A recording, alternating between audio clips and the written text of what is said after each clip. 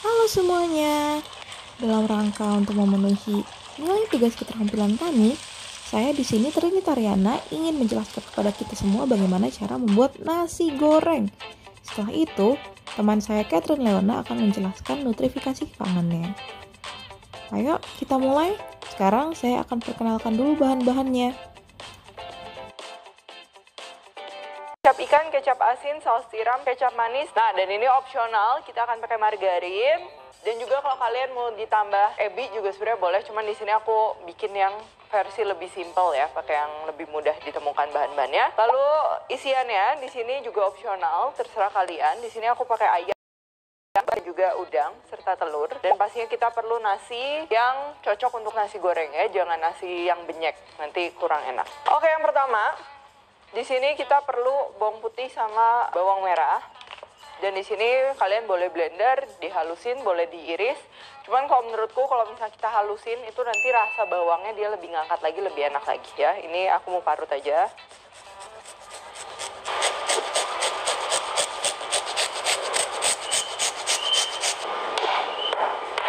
Nah, kenapa diparut? Kayak sesimpel cuciannya nggak banyak aja sih ya. Kalian boleh ulek, boleh apapun itu. Udah gini, kita panaskan wajan. Jadi kalau bikin nasi goreng, apinya tuh kalau makin, ibaratnya si pannya dia makin panas, tentunya dia akan menghasilkan nasi goreng yang lebih wangi.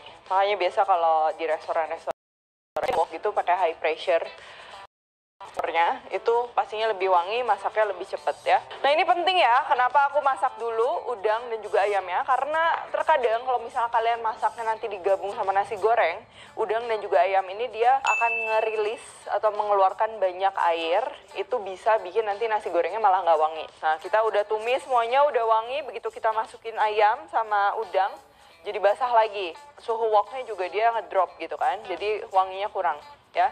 Makanya ini ditumis dulu.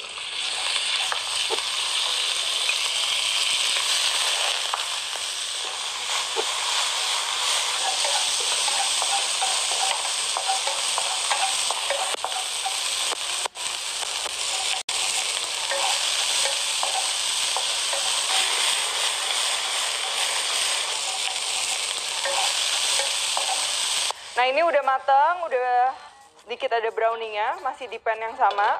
Sekarang kita masukkan minyak lagi.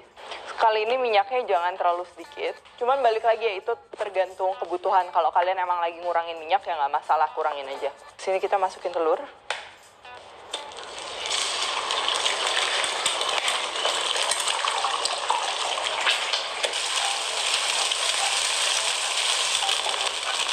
Kalau udah wangi, udah berbusa, sekarang kita akan masukin bawangnya. Masak lagi sampai wangi ya, jangan bau mentah ya.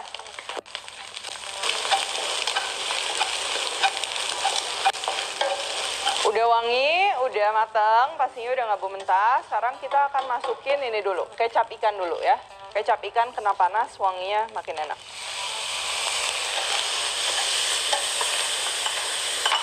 Lalu isiannya yang tadi.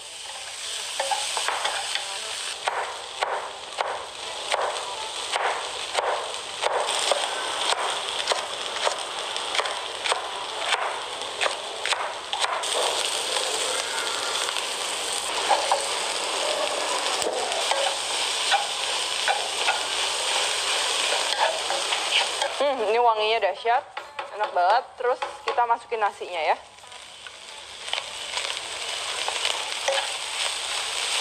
Saus tiram, kecap manis, kecap asin, merica, dan juga ini gula opsional buat yang suka lebih ke arah manis. Oke, nah setelah membahas bagaimana pengolahan dari breakfast yang terdiri dari nasi goreng dan susu, sekarang kita akan membahas kalori dan juga bahan makanan apa saja yang mengalami nutrifikasi. Nah, yang pertama itu kita akan membahas kalorinya dulu. Yang pertama nasi goreng. Nasi goreng di dalamnya terdapat 333 kalori, di mana terdapat 34% lemak dan juga 51% karbohidrat dan juga 15% protein. Selanjutnya adalah susu. Di dalam susu terdapat 122 kalori, di mana terdapat 36% lemak, 38% karbohidrat, dan 26% protein. Yang mengalami nutrifikasi dalam produk breakfast kali ini adalah susunya.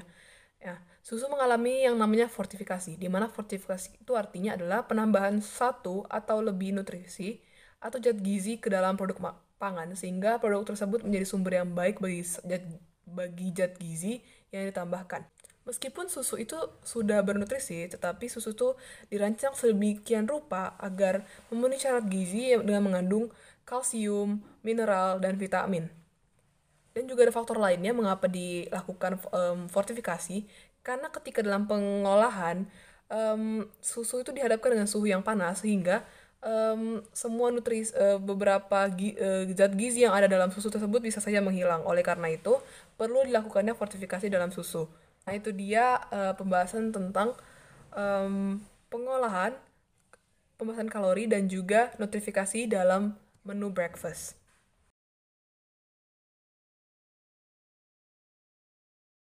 Sekarang kita mau buat snack bakwan. Yang dibutuhkan itu ada tepung bakwan atau roti juga bisa, share kayak wortel, buncis, toge, ini wajib bray, air juga ya disediakan, sama baskom satu untuk badukannya. Pertama air dicuci, siap itu masukkan air lagi kan. Terus di sini ada telur, ini opsional ya, untuk lebih garing masukkan air telurnya, kalau nggak ada juga nggak apa-apa sih. Siap telur dimasukkan, aduk-aduk aja. Terus siap itu ini bray, tambahkan tepung bray, tepung bakwan tadi atau tepung roti lembang. Siap itu aduk, masukkan lagi sedikit sampai dia kental ya bray adonannya. Oke, ini udah agak lebih kental, siap diaduk, tapi belum kental kali bray, masih encer ini bray ya kan. Masukkan aja lagi tepungnya, jangan pelit kali jadi manusia ya kan. Terus ya aduk lah sampai kental adonannya, sampai bisa dibentuk lah, jangan encer kali nanti jadi nggak jadi bakwannya ya kan. Aduk sampai sampai kental rata. Oke, ini udah jadi lah dia adonan basah bakwannya kan, nggak usah lagi ditambah. Oke, di sini kita ada adonan sama wajan ya. Oke, siap itu kita masukkan minyaknya. Oke, ini udah panas bray, udah meletup minyaknya, jangan cek aja nanti.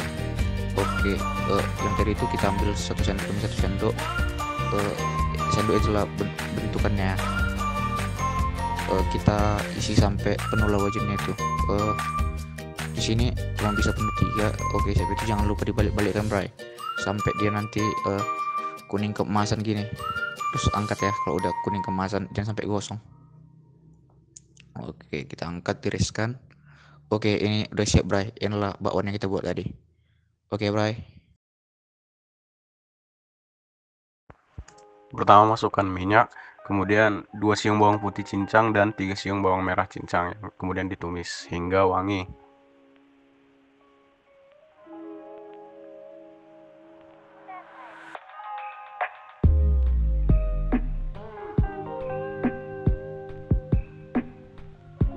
Setelahnya kita masukkan 3 biji rawit yang sudah diiris, 1 buah wortel,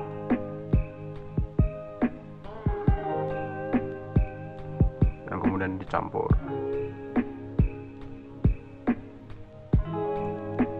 Masukkan sedikit air.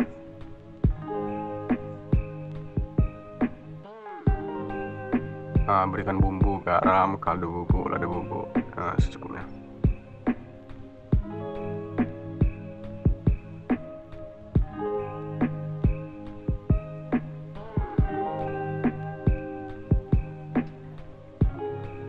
Masukkan kol iris, kemudian dicampur lagi.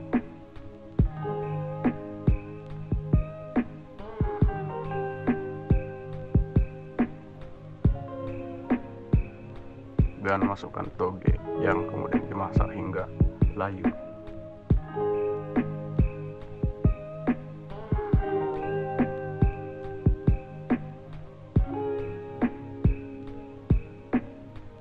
Terakhir masukkan 1 batang daun bawang yang sudah dipotong-potong.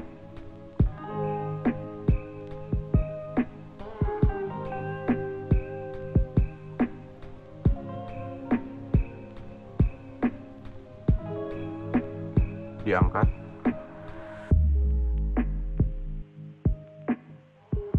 Kemudian dimasukkan ke dalam tahu. Tahunya sudah dikosongkan terlebih dahulu isinya, jadi tinggal kulitnya itu aja. Untuk buat tepungnya pakai tepung bumbu. Masukkan air sambil campur.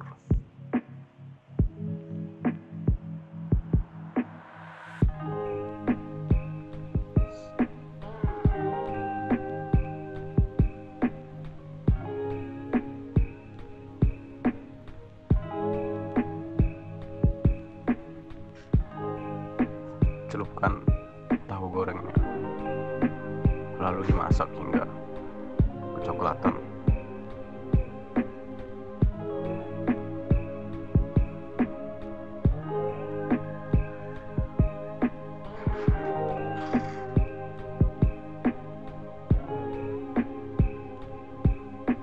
Jadi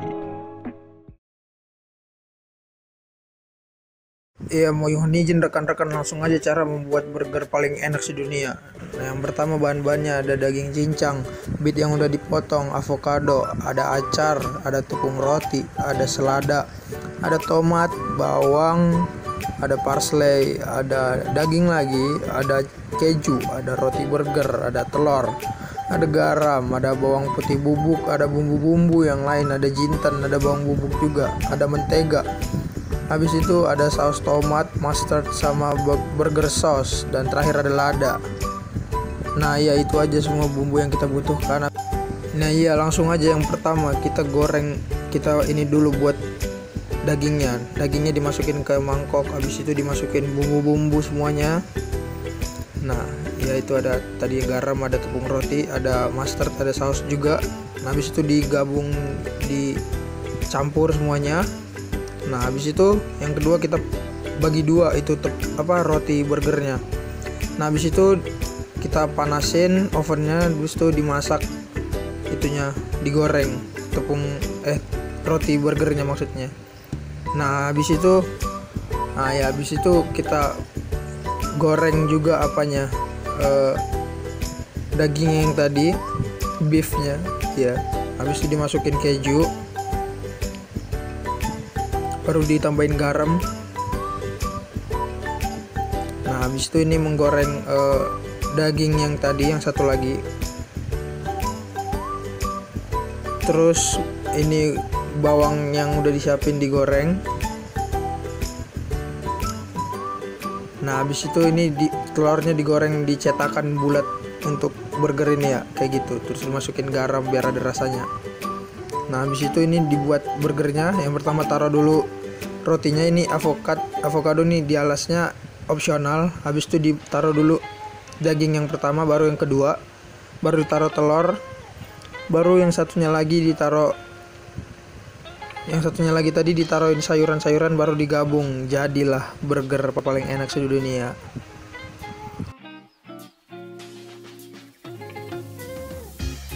Berikut ini adalah bahan-bahan yang kita perlukan dalam membuat Coca-Cola. 10 gram kulit lemon, 10 gram kulit jeruk, 4 gram kayu manis, 1 gram pala, 1 gram ketumbar, 4 gram neroli,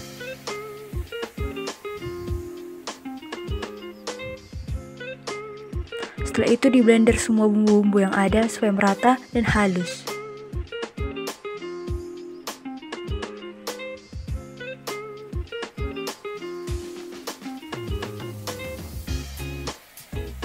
Setelah itu kita akan masak bumbu tersebut dengan menggunakan minyak kelapa.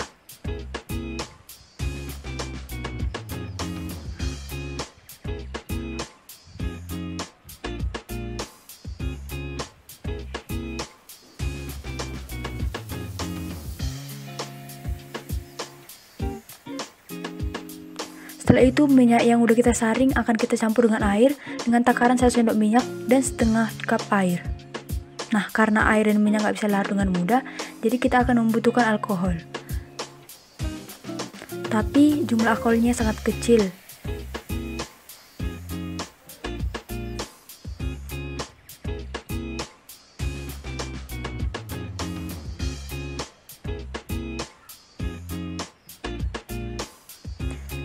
Selanjutnya kita akan membuat sirup Coca-Cola. Bahan yang kita butuhkan adalah 600 gram gula Nutaku.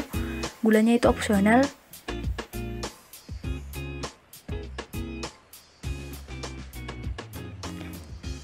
Bahan lainnya adalah air, lemon, kurang lebih 1 buah lemon sudah cukup. Setelah itu kita masukkan 3,5 gram asam sitrat. Dan saatnya kita memasak sirup tersebut. Dipanaskan gula terlebih dahulu di wajan dan tidak lupa untuk terus mengaduk gulanya supaya jangan gosong. Dan setelah gulanya larut, kita menuangkan lengkap air, tunggu akhirnya sampai larut, dan setelah itu masukkan asam sitrat, air lemon, dan campurkan air bumbu yang telah kita buat pertama kali. Setelah semuanya larut, maka kita matikan kompor dan tambahkan pewarna makanan hitam supaya makin mirip dengan Coca-Cola.